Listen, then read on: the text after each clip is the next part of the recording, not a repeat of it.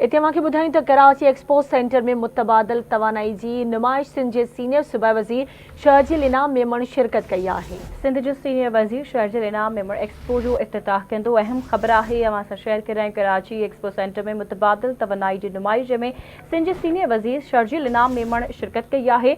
सिंध जो सीनियर वज़ीर शहरजील इनाम मेमण एक्सपो जो इफ्तिताह कंदो।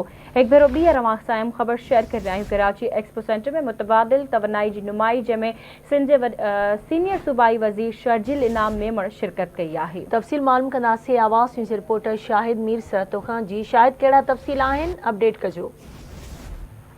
जी बिल्कुल, कराची के एक्सपो सेंटर में मुतबादिल तवानाई जे जेका नुमाइश है उहा शुरू थी वई आहे। सिंध जे सीनियर वज़ीर शहरजील इनाम मेमण पारां एक्सपो सेंटर कराची में नुमाइश की जेका है वो इब्तिदा करे छॾियो आहे।